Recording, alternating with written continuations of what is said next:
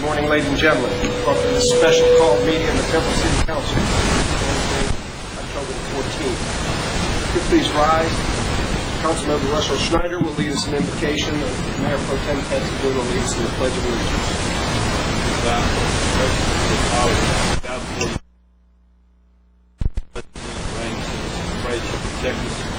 Protect our government, protect our city.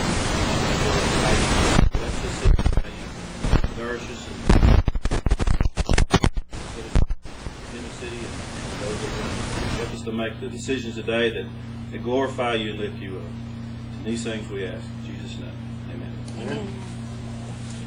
I pledge allegiance to the flag of the United States of America and to the republic for which it stands, one nation, under God, indivisible, with liberty and justice for all.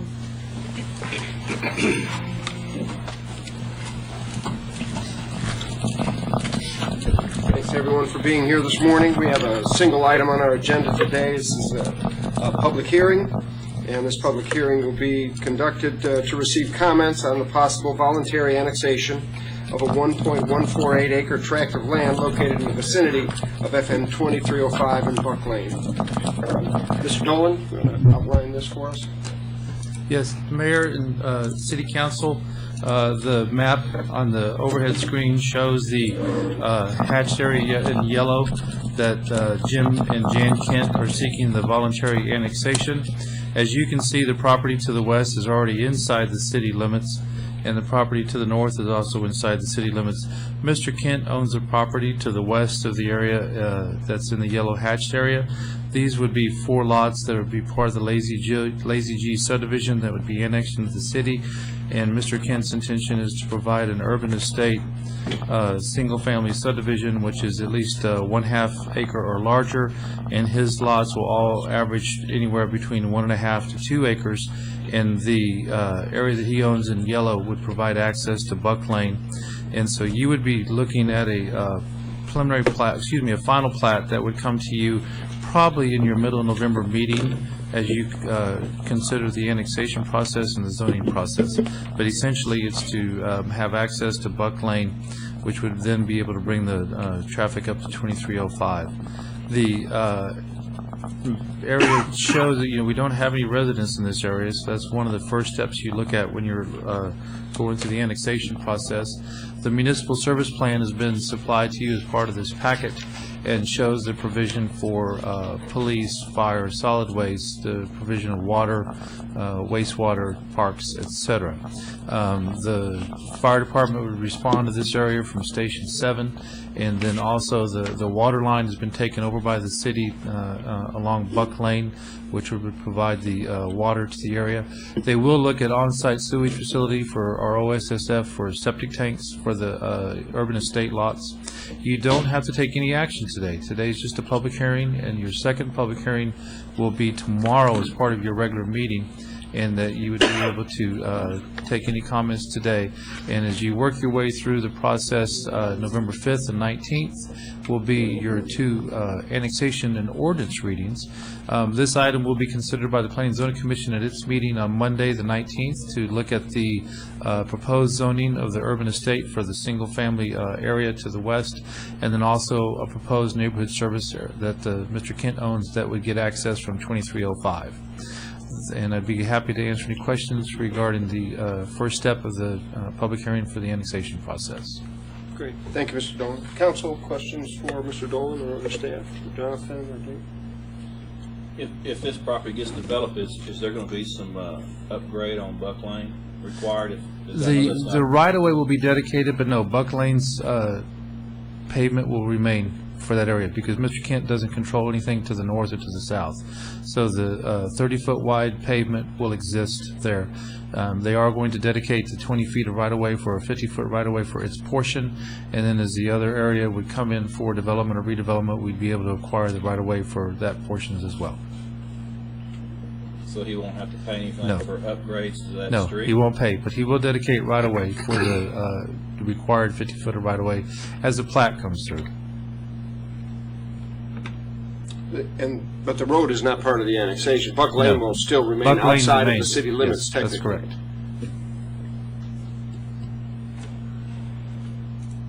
So that right-of-way that he's going to dedicate is really only adjacent to the property that's under consideration for annexation, Right. not all the way to 2305. No, it will not, no.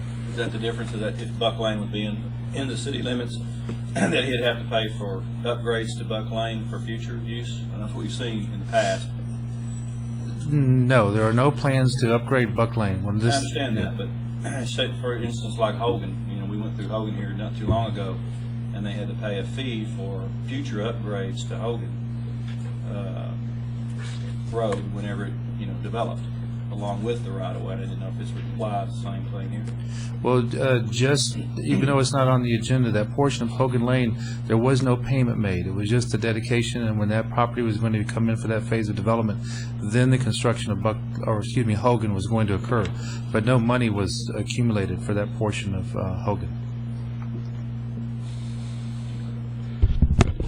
It's a question you can look at. I mean, just because you plant property adjacent to a road, even if it would be expanded in the future, the decision as to whether you actually have to dedicate additional right-of-way or pay for it is based on whether that subdivision has adequate infrastructure next to it, whether the street meets its current needs. So it isn't always, you don't always have to dedicate additional. Do you understand what I'm saying? Yeah, I do. Does this applicant Right. understand if he develops that road, or a piece that adjacent to that road, does he have to pay any money that will future develop that road like we've seen in the past?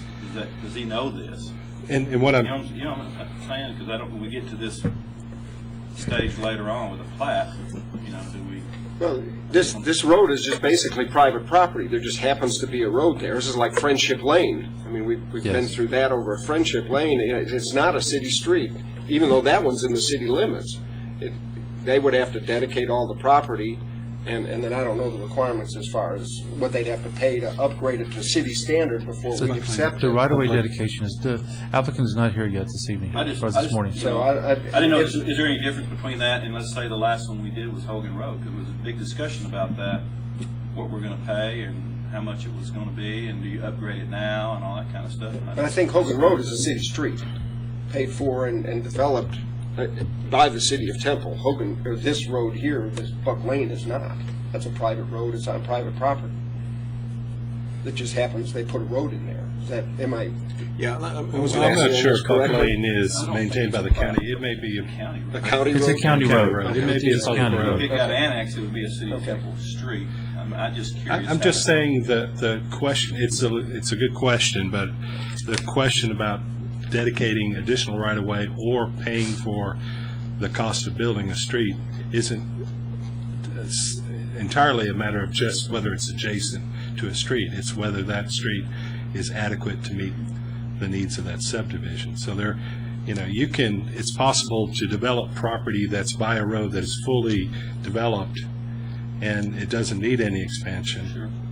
At least for that subdivision, and not have to dedicate right-of-way or pay additional right-of-way fees. It's a kind of case-by-case situation.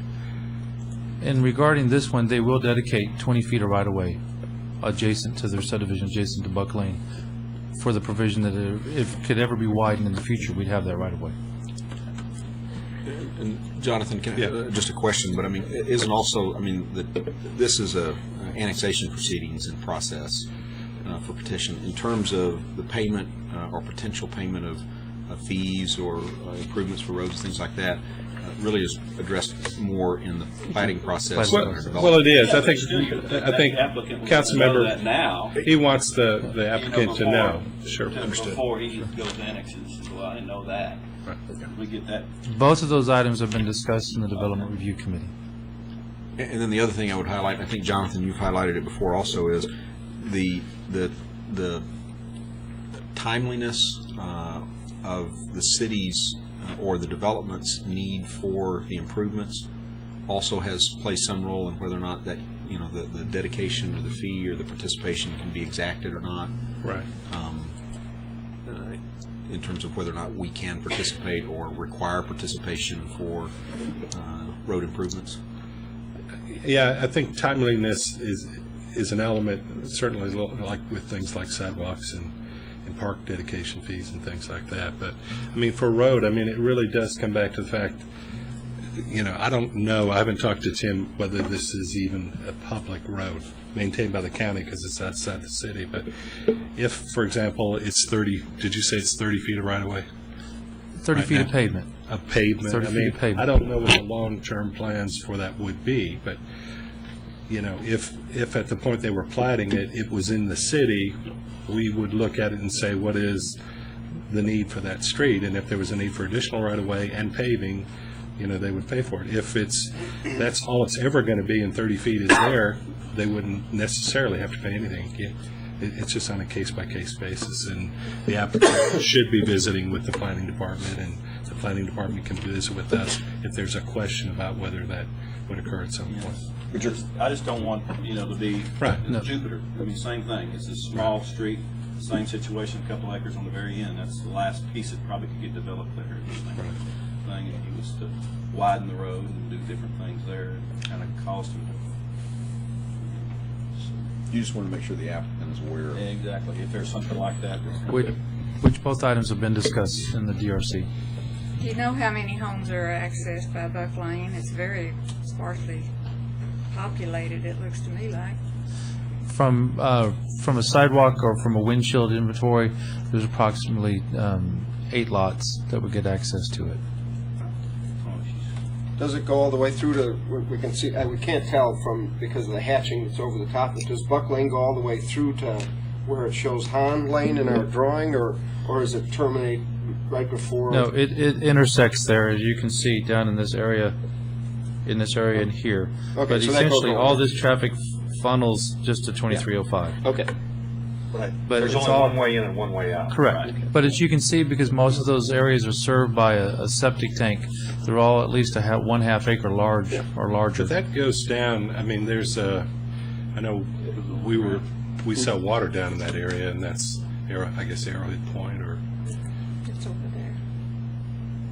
In the lower right-hand corner of this picture is Arrowhead Point.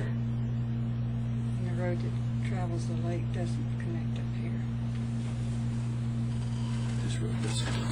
It's in the lower right-hand corner. yeah. Okay. All right. Other questions? Well, If not, this is a public hearing, and I'll declare the public hearing open at this time. Anyone wishing to speak before the council on this item, please come forward and state your name and address for the record prior to making your comments.